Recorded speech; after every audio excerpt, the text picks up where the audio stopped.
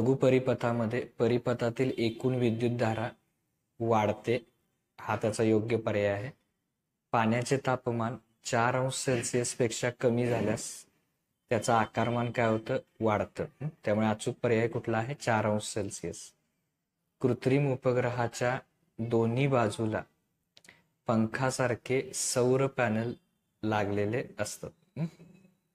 पृथ्वीवर 72 न्यूटन जर व्यक्तीचं वजन असेल तर चंद्रावर वजन काढताना काय करायचं त्याला? तर 6ने भागायचं. म्हणजे किती येणार आहे सांगा? 12 न्यूटन. हे त्याचं अचूक उत्तर आहे.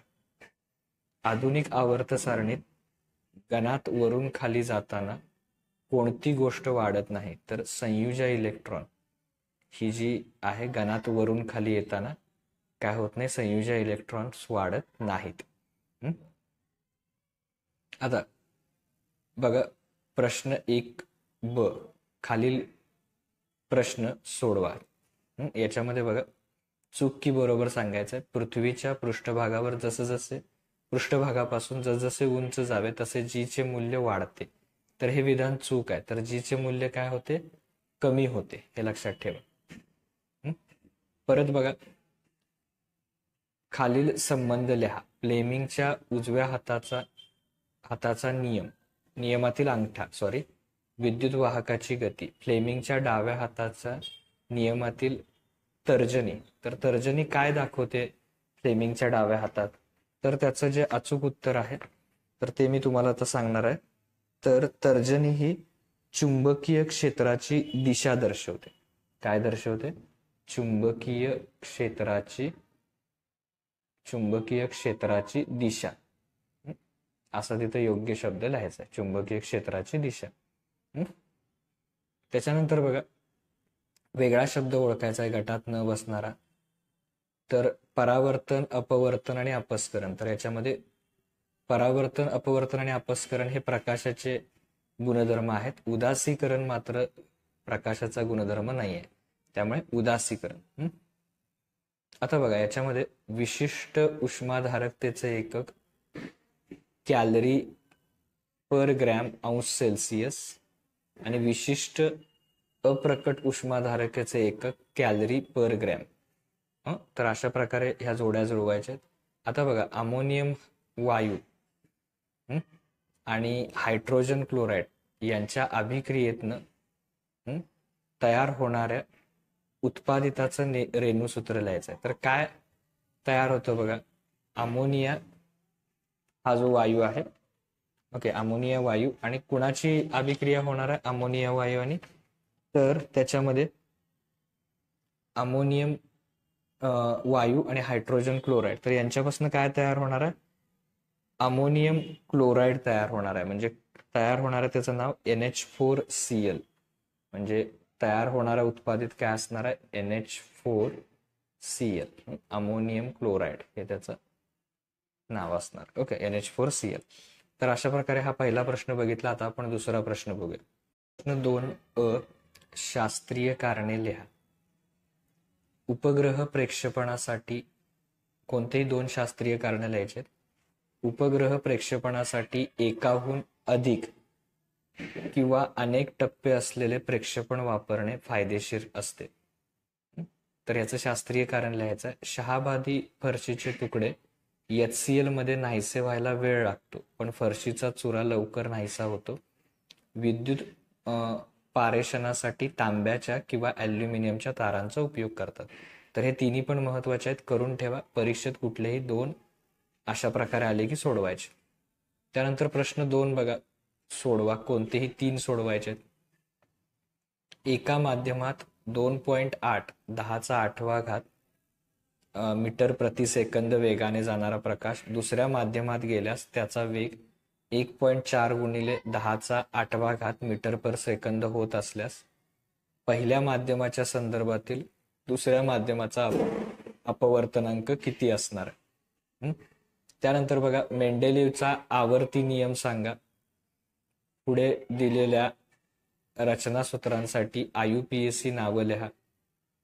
CH3COH CH3 HC3 CH2COOH तर यांच्यासाठी काय लिहायचे आहेत? IUPAC नावं लिहायचे आहेत. सुस्पष्ट दृष्टीचे लघुत्तम अंतर ही जी संज्ञा आहे ती स्पष्ट करायची. सुस्पष्ट दृष्टीचे लघुत्तम अंतर ही संज्ञा स्पष्ट करायची आणि फरक स्पष्ट करा. उच्च कक्षा आणि निम्न कक्षा यातला फरक स्पष्ट करायचा. कोणतेही 5 उपप्रश्न सोडवायचे. एकूण 8 दिलेले आहेत, त्यातले कोणतेही 5 सोडवायचे. पृथ्वीच्या केंद्रावर जीचे मूल्य किती असते याविषयी स्पष्टीकरण लिहायचं. 3 ते 4 ठिकाणी जीचं मूल्य कसं कसं असतं ते स्पष्ट करायचं. तर खालील आकृतीत मानवी डोळ्याच्या भागांची नावे द्यायची या चौकटीत आणि त्यांचे कार्य स्पष्ट करायचं. अ, ब, क या ठिकाणी नावं काय त्याची आणि त्याचं कार्य स्पष्ट करायचं. अतिभार म्हणजे काय, अशी स्थिती केव्हा निर्माण होऊ शकते आणि ही परिस्थिती टाळण्यासाठी काय करावं, या 3 प्रश्नांची उत्तरं द्यायची. आता बघा, खालील आकृतीला नावं द्यायची आहेत अ, ब, क, ड या ठिकाणी आणि दर्शवलेली प्रक्रिया स्पष्ट करायची. रेडॉक्स अभिक्रिया म्हणजे काय आणि रेडॉक्स अभिक्रियेची कोणतीही 2 उदाहरणं द्यायची आणि ती रासायनिक अभिक्रियेच्या स्पष्ट करायची. लोखंड, तांबे, शिसे यांचे समान वस्तुमानाचं भरीव गोल घ्या.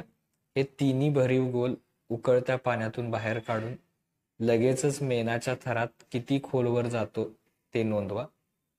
आता बघा, हा प्रयोग केल्यानंतर या प्रयोगात कोणता गुणधर्म तुम्हाला दिसून आला ते लिहायचा आहे.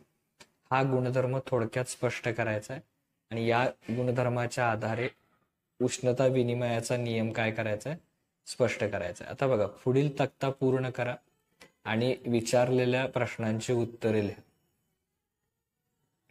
क्षरण धातूवर अक्षरक्षम धातूचा थर चढवण्याच्या पद्धती. विद्युत विलेपन, धनाग्रीकरण आणि संमिश्रीकरण. तर बाकीचे 2 तुम्ही लिहायचे आहेत आणि बघा त्याच्यावरची उत्तरं लिहायची आहेत. कोणत्या पद्धतीमध्ये विद्युत अपघटनाद्वारे कमी क्रियाशील धातूचा थर जास्त क्रियाशील धातूवर दिला जातो त्या पद्धतीचं नाव लिहायचं आहे आणि त्या पद्धतीचं स्पष्टीकरण द्यायचं आहे 2 ते 3 ओळींमध्ये. दिलेल्या गणातील मूलद्रव्यांचा अभ्यास करून पुढील प्रश्नांची उत्तरं लिहायची. ही मूलद्रव्य बघायचे आणि याच्यावर आधारित प्रश्न सोडवायचे. आधुनिक आवर्त सारणी पाहून वरील मूलद्रव्यांचा गण कोणता ते सांगायचे. वरील मूलद्रव्य अणुत्रिज्येच्या चढत्या क्रमाने मांडायचे. ही मांडणी आधुनिक आवर्त सारणीच्या गण 1 च्या आकृतीबंधाशी जुळते का ते स्पष्ट करून सांगायचं. आता प्रश्न 4 मध्ये कोणताही एक प्रश्न 5 गुणांसाठी सोडवायचा. ह्या आकृतीचं निरीक्षण करा. विजेरी अशी आकृती दिलेली आहे. ही आकृती कोणती प्रक्रिया दर्शवते ते लिहायचं. प्रक्रियेची व्याख्या लिहायची.